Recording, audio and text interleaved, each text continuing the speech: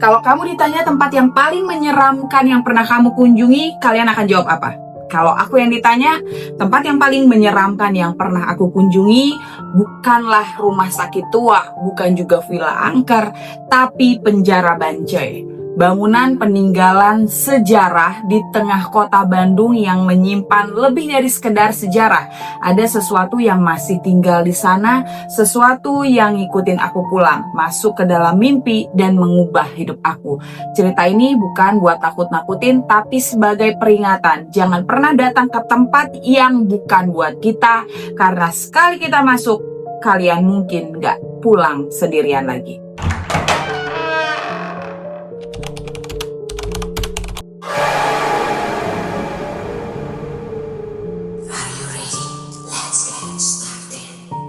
Hai guys, thank you for coming and welcome back ke segmen Kerok X Retrospektif edisi kemerdekaan. Selama bulan Agustus ini kita akan bahas cerita-cerita horor yang ada di tempat-tempat yang bersejarah dalam rangka kemerdekaan Indonesia tentunya ya. Dan kali ini kita dapat cerita dari Adit. Langsung aja kita bacakan ceritanya ya guys ya.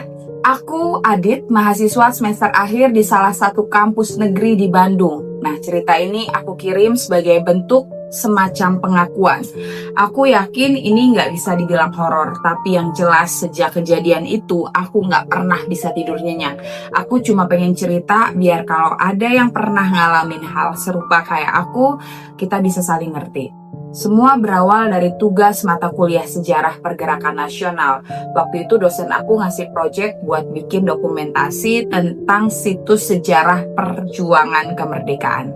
Karena udah banyak yang ambil tempat kayak Gedung Merdeka, Museum Asia Afrika, sampai Monju, aku nekat pilih tempat yang belum banyak dilirik orang, Penjara Bancai. Buat yang belum tahu, Penjara Bancai ini dulunya tempat Bung Karno di penjara sebelum akhirnya dipindahkan ke Sukamiskin. Selnya kecil banget, cuma 2x2. Tapi dari ruang sempit itu, Bung Karno nulis Indonesia menggugat. Aura perjuangannya kerasa banget sekaligus bikin merinding. Aku datang ke sana hari Jumat siang, sendirian. Teman kelompok aku cancel mendadak karena sakit. Tapi aku pikir ya udahlah, toh niatnya cuma mau ambil footage dan foto dokumentasi aja gitu ya. Aku bawa kamera, tripod kecil sama voice recorder. Tapi pas sampai di sana suasananya tuh sepi banget guys. Padahal letaknya dekat pasar ya. Tapi begitu masuk ke area penjara itu sunyi. Bahkan suara motor dan juga obrolan warga kayak hilang ditelan dinding tua itu. Petugas jaga di sana namanya adalah Pak Darto, orangnya ramah tapi kaku. Dia tanya nih, sendirian dik? Aku angguk. Dia cuma nyengir tipis, hati-hati ya, kadang yang lama suka nggak mau pergi. Aku kira ia bercanda guys, aku muter-muter di ruang utama di sana. Lalu aku masuk ya ke lorong menuju sel Bung Karno. Di situ hawanya dingin. Dinginnya tuh beda guys, bukan seperti dingin AC, tapi dingin yang nempel ke tulang tulang. Sel Bung Karno itu kecil, cuma ada dipan kayu, meja besi tua, dan juga jendela kecil di atas. Tapi begitu aku nyalain kamera, layar monitor langsung glitch, goyang, nge-freeze terus mati. Aku coba nyalain ulang, bisa. Tapi pas aku playback ada suara yang bukan suara aku guys. Suara laki-laki pelan, berat, dan juga marah. Jangan rekam aku. Aku langsung merinding, aku yakin banget waktu itu aku sendirian, gak ada siapa-siapa. Dan Pak Darto juga gak ikut masuk, tapi suara itu terekam dengan jelas. Aku buru-buru beresin kamera, tadinya aku mau langsung pulang. Tapi sebelum pergi, aku refleks ngeliat ke dalam sel sekali lagi. Dan di situ aku lihat ada bayangan seseorang duduk di atas dipan, diam tapi matanya terang, menatap langsung ke arah aku. Aku kunci kamera, lari keluar dan gak nengok lagi. Sampai di depan gerbang Pak Darto cuma nanya, dapat gambarnya? Aku cuma bisa jawab lirik, iya pak, tapi kayaknya ada yang ikut. Pak Darto diam terus bilang, sampaikan salam ya. Dia udah lama nunggu ada yang datang dan malamnya gangguan dimulai. Malam pertama setelah aku dari penjara Bancai, aku nggak langsung tidur guys. Aku duduk di depan laptop mindahin hasil rekaman dari kamera. Sebagian besar footage-nya aman, tapi sebagian di Lorong menuju sel itu gambarnya kacau, gambarnya ngeblur, suara noise, dan yang paling serem adalah rekaman suara itu tetap ada, guys. Aku ulang beberapa kali buat memastikan, dan yang bikin aku makin gak tenang adalah suara itu muncul bukan cuma sekali. Di beberapa bagian lain aku juga bisa dengar bisikan yang samar. Kenapa kau datang? Dia belum selesai. Aku coba anggap itu sebuah halusinasi, guys. Mungkin emang suara-suara dari luar yang kebetulan masuk, tapi malam itu pas aku coba tidur, aku ngerasa kayak ada yang ngeliatin dari sudut kamar. Gak kelihatan wujudnya, tapi tatapannya itu berat. Napasku jadi terasa pendek. Dadaku rasanya sesak dan telinga aku kayak dengar suara rantai yang lagi diseret pelan-pelan. Besoknya aku cerita ke teman dekat aku, namanya Dewa. Dia anak sejarah juga, tapi lebih tertarik sama hal-hal mistis. Waktu aku ceritain soal rekaman dan bayangan di sel, dia langsung serius. Lu bawa sesuatu dari sana, Dit? Batu, kertas, tanah. Aku geleng. Enggak, cuma hasil rekaman aja. Dewa langsung bilang, itu juga bisa jadi media. Kadang yang di sana pengennya suaranya didengar. Kalau dia ngerasa rekamannya ngerebut sesuatu yang dia jaga, bisa jadi dia nempel. Aku ngerasa lemes, guys. Sejak malam itu, tiap kali aku tidur, aku mimpiin hal yang sama. Aku ada di sel Bung Karno, tapi pintunya ditutup, dikunci dari luar. Di luar ada sosok tinggi pakai baju dinas kolonial, mukanya hitam kelam kayak arang, dan dia ngeliatin aku sambil bilang, "Kau gantiin dia." Tiap kali mimpi itu datang, aku bangun dengan keringat yang dingin dan suara nafas berat di kamar. Kadang ada bekas langkah lumpur di lantai kosku, padahal aku tidur di lantai 2 dan pintunya selalu aku kunci. Aku mutusin buat balik lagi ke penjara Banceu, minta bantuan Pak Darto, tapi waktu aku datang di hari Senin itu, yang jaga beda, guys. Petugasnya bilang Pak Darto udah seminggu gak masuk dan katanya beliau sakit. Aku nanya bisa ketemu siapa yang bisa bantu aku soal hal-hal mistis. Petugas itu cuma bilang, coba ke belakang ke ruang arsip, kadang ada yang bisa bantu. Aku jalan ke belakang dan di ruang arsip itu ada perempuan tua duduk sambil nulis di buku lusuh. Dia gak kaget pas aku masuk, cuma ngangkat kepala dan bilang, yang dari sel kecil ya, udah kerasa auramu. Aku diem, gak bisa ngomong. Kau udah buka pintu yang gak semua orang bisa buka. Dia lihat kau, cocok. Kalau gak dilepas, dia bakal nempel terus. Aku tanya, siapa dia? Nenek itu jawab pelan, yang dulu disiksa, tapi bukan Bung Karno, yang lainnya, yang gak dikenal, yang mati dalam diam, yang marah karena dilupakan. Seketika langkah Ade terhenti, guys. Ia melihat ke sekeliling, lorong di depan kamar tahanan itu tiba-tiba berubah. Cahaya dari ponselnya seakan tidak menembus kegelapan yang kini terasa lebih padat. Dinding terasa semakin sempit, seakan menutup dirinya perlahan. Dan di saat itulah suara itu muncul lagi, tapi kali ini dekat, sangat dekat, di balik dinding yang bahkan mulai berembun. Ah, Ma, ampun, Ma. Jeritan itu menggema dari balik dinding kamar tahanan. Suaranya serak, penuh penderitaan seperti seseorang yang sedang disiksa. Adit terperanjat, ia mendekat pelan, menempelkan telinganya ke dinding itu. Namun yang terdengar malah nafas. Nafas berat, satu-satu seperti hembusan terakhir seseorang. Lalu suara bisikan, "Aku mati di sini." Adit tersentak mundur. Ia mengangkat senter ponselnya ke dinding itu dan melihat sesuatu, bukan bayangan, tapi wajah. Seketika jantungnya berhenti berdetak sesaat. Di dinding itu jelas terlihat bekas wajah yang menempel. Bekas tekanan wajah manusia dengan cekungan mata dan mulut yang seolah-olah sedang berteriak. Seolah seorang pernah mencoba keluar dari dinding itu, tapi gagal, terkurung selamanya. Adit lari, jantungnya seperti mau meledak, napasnya tercekat, tapi entah kenapa lorong itu seperti tidak pernah habis. Semakin ia berlari, semakin panjang, dan yang lebih menyeramkan lagi, suara langkah lain mulai mengikutinya dari belakang. Tap, tap, tap. Namun langkah itu tidak terburu-buru, tidak mengejar, tapi mengikuti. Tenang, seperti tahu bahwa korban tidak akan bisa lari kemana-mana. Adit mencoba membuka pintu salah satu kamar tahanan, terkunci, semua kamar terkunci. Ia menoleh ke belakang dan gelap, senter ponselnya mati. Gemetar, ia meraba-raba dinding mencari jalan, tapi tiba-tiba sebuah tangan mencengkram bahunya dari belakang. "Ah!" Adit berteriak menoleh. Tidak ada siapa-siapa, tapi cengkraman itu jelas terasa kuat, dingin, seperti mencengkram tulangnya langsung. Dengan sisa tenaga dan adrenalin yang meledak, Adit menerobos ke pintu besi terakhir yang tadi ia lihat. Dor, pintu itu terbuka dan saat itulah ia terjatuh di tengah ruangan besar, ruang sel utama tempat para narapidana dikumpulkan di masa Belanda. Ruangan itu gelap, tapi di tengah ruangan ada sebatang lilin yang menyala dan di sekelilingnya orang-orang duduk melingkar, punggung mereka membelakanginya, sunyi, kaku. Adit berdiri perlahan, kemudian bilang, "Permisi." Mereka tidak menjawab. "Permisi, saya cuma nyari jalan keluar." Tiba-tiba satu orang di lingkaran itu menoleh, wajahnya rusak, matanya bolong, lidahnya menjulur panjang, dan ketika ia membuka mulut, suara rintihan keluar dari mulut semua orang di ruangan itu secara bersamaan. "Di sini kami disiksa, dipaksa, dihukum tanpa ampun." Adit menjerit, "Keluarin saya!" Dia lari mendorong tubuh-tubuh yang membeku itu, tapi setiap kali ia menyentuh satu, tubuh itu langsung berubah jadi abu, dan abu itu berterbangan mengelilinginya seperti membentuk pusaran. Dan pusaran abu itu, Adit mendengar satu suara paling keras, "Pengkhianat!" Suara itu datang dari langit-langit. Adit mendongak dan ia melihat sosok lelaki berdiri di tiang gantungan, bajunya compang-camping, lehernya terikat tali, tapi matanya membuka menatap lurus padanya. "Aku dihukum mati karena membocorkan rencana pemberontakan, tapi bukan aku, bukan aku." Seketika tali itu putus, sosok itu jatuh tepat ke arah Adit dan gelap. Adit pingsan.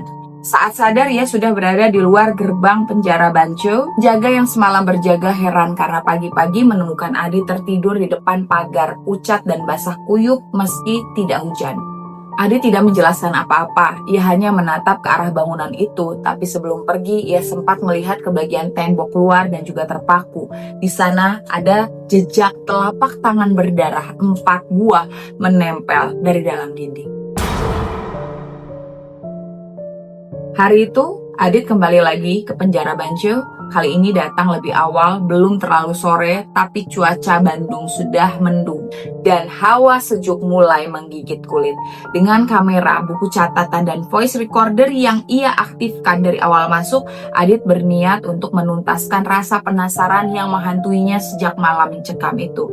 "Kalau memang ada yang belum selesai, aku harus tahu," gumamnya sambil melangkah masuk.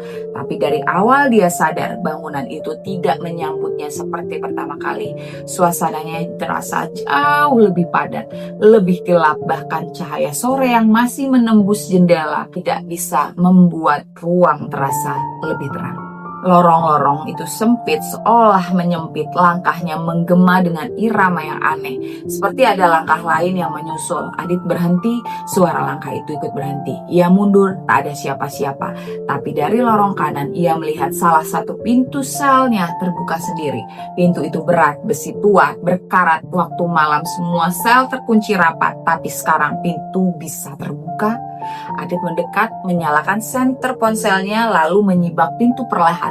"Permisi," gumamnya. "Saya cuma mau lihat-lihat." Tak ada suara, tapi bau. Ada bau anyir menusuk hidung seperti daging mentah bercampur karat dan sesuatu yang membusuk terlalu lama.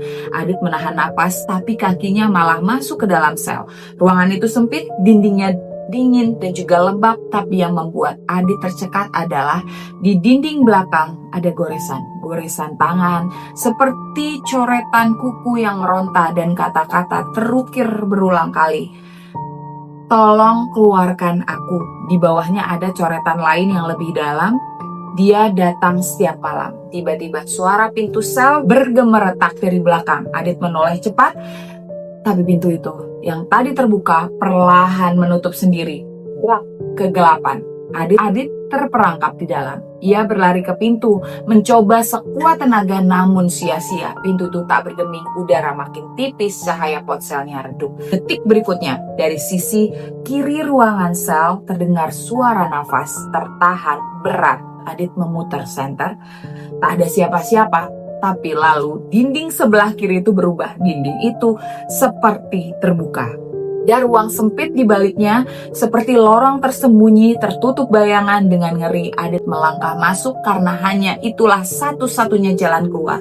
Lorong itu sempit, dindingnya dingin dan terasa basah. Adit harus merangkak sedikit untuk bisa masuk, dan di dalamnya bukan hanya lorong, ada ruangan lain, lebih luas, tanpa ventilasi, tanpa lampu, tapi di sekelilingnya penuh dengan coretan, gambar, simbol, sketsa wajah-wajah manusia, semua dalam posisi menjerit, matanya berlubang, tangannya diangkat seolah sedang disiksa. Di tengah ruangan itu ada meja kayu lapuk dan di atasnya ada sebuah buku catatan tua. Adit mendekat, membuka halaman pertamanya, tulisan tangan, halaman demi halaman, nama-nama, wajah-wajah, catatan tentang tahanan, hukuman, deskripsi penyiksaan, dan pada halaman terakhir ada tulisan dengan tinta merah yang membaca ini akan menggantikan penjaga lorong. Sudah waktunya aku pulang. Adit mundur. Tapi lorong sempit yang tadi ia lewati kini sudah tak ada. Yang tersisa hanya tembok. Ia memukul, berteriak, menghantam dinding, namun tak ada suara yang keluar. Suara nafas itu kembali, kali ini dari belakang. Perlahan ia berbalik dan ia melihat sosok samar seperti bayangan laki-laki berseragam zaman kolonial. Wajahnya rusak dan matanya kosong. Ia menatap Adit lalu bicara tanpa suara. Sekarang giliran kamu. Sudah 3 hari sejak Adit hilang di dalam penjara Bancho, tapi CCTV tidak merekam apapun. Penjaga bilang tak ada pengunjung yang masuk di hari itu, bahkan catatan tamu juga kosong. Seolah Adit benar-benar tidak pernah datang, namun teman dekatnya, Wulan, tahu Adit ke sana. Mereka sempat bertukar pesan dan pesan terakhir yang terdengar adalah kacau. Lan, kalau aku nggak pulang cari ruangan dengan lukisan mata berdarah di baliknya ada sesuatu, aku harus lalu sunyi. Tak ada lanjutan dan sejak saat itu ponselnya tak aktif. Wulan memberanikan diri datang ke penjara Bancho sendiri. Meski bukan orang yang percaya dengan hal-hal gaib, tapi instingnya atau mungkin dorongan dari batinnya membuat langkahnya mantap. Ia menyusuri lorong-lorong sempit, mengamati setiap sel hingga akhirnya berhenti di salah satu dinding dengan lukisan besar. Lukisan itu ganjil, bukan lukisan yang biasa dipamerkan di ruang publik. Tidak ada penjelasan ataupun label, hanya digantung begitu saja di dinding lorong, agak tersembunyi. Wajah seseorang dalam kanvas itu terlihat nyaris selesai, tapi bagian matanya belum jadi. Hanya coretan merah seperti berdarah, seperti meneteskan keluar dari kapas. Wulan mendekat, ada aura dingin dari balik lukisan itu. Ia ingat ucapan Adit, di baliknya ada sesuatu.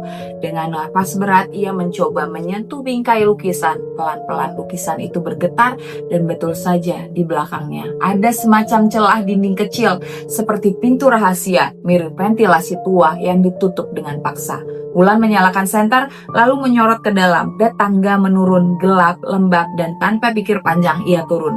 Langkah demi langkah, hawa di dalam lorong bawah tanah itu makin berat. Aroma besi karat bercampur debu dan sesuatu yang tidak wajar, seperti aroma tubuh manusia yang terpenjara terlalu lama. Di dasar tangga ada ruangan lain. Ruangan itu penuh dengan tumpukan lukisan. Semua bergambar wajah-wajah manusia dalam ekspresi menyiksa, teriak, tangis, ketakutan, dan semua seperti menatap Wulan. Lalu ia melihat satu kanvas besar di pojok ruangan, masih basah catnya. Dan di dalamnya wajah Adit. Wulan menjerit. Wajah Adit di lukisan itu seperti hidup, matanya memohon, tangannya setengah terangkat seperti ingin keluar dari kanvas. Wulan mendekat, gemetar, Adit, dan dari belakangnya terdengar suara. Dia belum selesai dilukis, jangan ganggu. Wulan membalikan badannya dengan cepat. Di belakangnya berdiri sosok lelaki tua, kurus, berjubah lusuh penuh dengan cat. Tangannya menggenggam kuas panjang dengan ujung yang berwarna merah. Bukan dari tinta, tapi darah. Di belakangnya ada meja lukis dan berbagai sketsa aneh tergantung di dinding. Siap pengunjung yang masuk tanpa izin akan kuabadikan di sini, katanya pelan. Wajah mereka harus ditampilkan agar sejarah tidak lupa, agar penderitaan tetap hidup. Wulan mundur perlahan, tapi tangannya seperti menempel pada bingkai lukisan Adit. Tak bisa lepas, seolah lukisan itu menahan dia. Kenapa kalian lukis mereka? teriak Wulan. Karena hanya itu cara agar jiwa mereka tidak pergi. Penjara ini haus, tidak ingin kosong, dan kamu akan jadi bagian terakhir. Sosok itu mendekat, namun sebelum ia menyentuh Wulan, terdengar suara lain di balik lorong. Jeritan dari banyak suara, laki-laki, perempuan, tua, muda, semua berteriak bersama, membentuk semacam tekanan yang menggema dari dinding-dinding. Lukisan-lukisan itu mulai bergetar dari tiap wajah dalam kanvas, tetesan darah menetes satu persatu. Wajah Adit pun ikut menggeram, seolah hidup, seolah mencoba memberontak dari dalam cat minyak. Sosok pelukis tua itu mengangkat kuasnya tinggi-tinggi, tapi sebelum ia menyentuh Wulan, salah satu lukisan jatuh ke tanah. Prak! Dan seketika semua ruangan itu retak. Dinding seperti akan runtuh. Langit-langit mengelupas. Cahaya putih menyilaukan muncul dari balik dinding. Wulan menutup mata, terpental. Dan saat ia membuka mata, ia sudah di luar, di pelataran penjara Banceu sendirian. Tapi di tangannya ada bekas cat merah. Dan di buku catatan ia jatuh dari tasnya ada satu gambar baru. Wajah Adit masih di dalam lukisan. Sejak kejadian di ruangan bawah tanah itu, Wulan ngerasa ada yang berubah. Bukan cuma karena ia hampir ikut terlukis bersama dengan Adit, tapi karena setelah keluar dari penjara Banceu, ia tak bisa tidur. Matanya lelah, tubuhnya lunglai, tapi tiap kali mencoba memejamkan mata, ia kembali melihat wajah-wajah itu. Wajah yang menjerit dari balik kanvas, wajah yang ia tahu bukan imajinasi. Ia juga tidak bisa melupakan suara itu. Agar sejarah tidak lupa, agar penderitaan tetap hidup. 2 hari setelahnya, Wulan memutuskan kembali. Kali ini ia membawa satu orang, namanya Jaka, temannya dari komunitas dokumenter urban legend. Jaka skeptis awalnya, tapi begitu mendengar rekaman suara Adit dan melihat sketsa wajah Adit di buku Wulan yang muncul begitu saja tanpa ia menggambar apa-apa, Jaka mulai percaya. Aku nggak tahu ini halusinasi atau memang ada sesuatu yang jauh lebih gelap dari sekedar tempat sejarah, kata Wulan. Tapi Adit masih di sana, entah gimana aku tahu. Mereka kembali malam hari, meskipun kawasan penjara Banceu tutup. Saat gelap, Kak berhasil menyelinap masuk melalui pagar samping. Mereka menyalakan senter, menyusuri lorong sempit, lalu kembali ke titik lukisan mata berdarah. Tapi lukisan itu sudah hilang, tak ada jejaknya. Bahkan dinding tempat lukisan itu pernah tergantung kini tertutup. Eternit baru seperti habis direnovasi. Mereka nutup akses rumah Wulan. Seseorang gak pengen ruangan itu ditemukan, namun saat mereka mundur, lampu lorong tiba-tiba padam. Gelap total. Senter mereka mati. Suara langkah terdengar di ujung lorong, tapi bukan satu, bukan dua, banyak. Jaka meraba sakunya, mencoba menghidupkan senter cadangan. Begitu nyala, cahayanya langsung menyinari sesuatu. Sesuatu yang berdiri di ujung lorong. Sosok pria tua dengan kuas merah di tangan. Sudah kubilang tempat ini tidak pernah sepi, Wulan menjerit. Jaka mengarahkan cahaya ke sekeliling dan mereka lihat dinding di kiri kanan lorong kini penuh dengan lukisan semua wajah, dan semua wajah itu bergerak. Ada yang menangis, ada yang berteriak, ada yang mencoba mencakar keluar dari bingkai seolah itu bukan lukisan tapi penjara, jiwa-jiwa yang dikurung dalam cat minyak. Jaka menatap salah satu lukisan paling besar dan matanya membelalak. Itu dirinya. Belum sepenuhnya selesai, tapi wajah Jaka jelas tergambar, masih kasar tapi mulai terbentuk, dan mata Jaka dalam lukisan itu menatapnya balik, panik seperti meminta tolong. Lari! Suara keras. Kalian datang tanpa izin, maka kalian harus jadi saksi. Kalian harus tahu bahwa dinding ini tak pernah benar-benar kosong karena tiap orang yang mati di dalam masih di sini. Wulan terjatuh, tangannya menyentuh dinding, tapi bukan batu yang ia rasakan, kulit. Dinding itu seperti bernafas, seolah di balik bata-bata tua itu ada tubuh-tubuh yang mencoba keluar. Tangan, kaki, kepala, semua menekan dari balik dinding, menciptakan permukaan yang berdenyut. Teriakan mulai terdengar dari segala arah, nama-nama disebutkan. Sukamto, Darsih, Irawan, Adit. Wulan menoleh cepat. Adit, dia berdiri di ujung lorong, bukan dalam lukisan tapi nyata. Pucat, kotor, tapi utuh. Adit. Wulan berlari, tapi Adit hanya menggeleng pelan. Kalian harus pergi sekarang. akan narik waktunya, tapi kalian cuma punya 1 menit. Tiba-tiba ruangan itu bergetar, lukisan-lukisan mulai terlepas satu persatu, jatuh ke lantai, pecah, dan dari dalamnya muncul cahaya putih menyilaukan. Cahaya itu membentuk lorong baru. Jaka menarik Wulan, mereka berlari, suara langkah di belakang mereka makin keras, seolah semua wajah dalam lukisan itu bangkit, mengejar, menuntut. Tepat sebelum cahaya menutup lorong, Wulan menoleh. Adit tersenyum, lalu semuanya gelap. Adit terbangun di trotoar depan penjara Bance dengan luka lecet di sekujur tubuh. Di sampingnya tergeletak Wulan dan juga Jaka dengan luka lecet di sekujur tangan dan kakinya. Tak ada penjaga yang melihat, tak ada yang sadar mereka menghilang semalaman. Dan di telapak tangan Wulan dan Adit ada noda cat merah. Tapi malam itu Adit, Wulan, dan juga Jaka tahu satu hal, penjara itu tidak pernah sepi dan mereka tidak semua berhasil keluar. Dan itulah kisah nyata yang dituturkan oleh Adit, bukan cuma lewat kata tapi lewat trauma yang masih menempel di pikirannya sampai sekarang. Sebuah malam biasa yang berubah jadi neraka kecil karena ia masuk ke dalam sejarah yang belum selesai. Dendam, tangis, dan suara jeruji ternyata masih bergaung walau zaman telah berganti. Kadang yang kita pikir sejarah itu hanya ada di dalam buku, tapi ada kalanya sejarah itu membalas dengan caranya sendiri, dengan menghadirkan perasaan, aroma, bahkan penampakan. Dan buat Adit, penjara Bance bukan sekadar bangunan kosong, tapi saksi hidup dari luka kolektif yang belum sepenuhnya sembuh. Oke guys, segitu dulu cerita kita hari ini. Kalau kalian punya cerita-cerita horor dan juga penuh dengan sejarah, boleh loh cerita kalian dikirimkan ke kami, ke kerok053@gmail.com. Dan kalau kalian suka dengan cerita seperti ini, jangan lupa untuk like, subscribe, dan juga share, sehingga kalian gak ketinggalan cerita-cerita menarik lainnya. Oke, aku Resti Beatrice pamit. See you, bye-bye.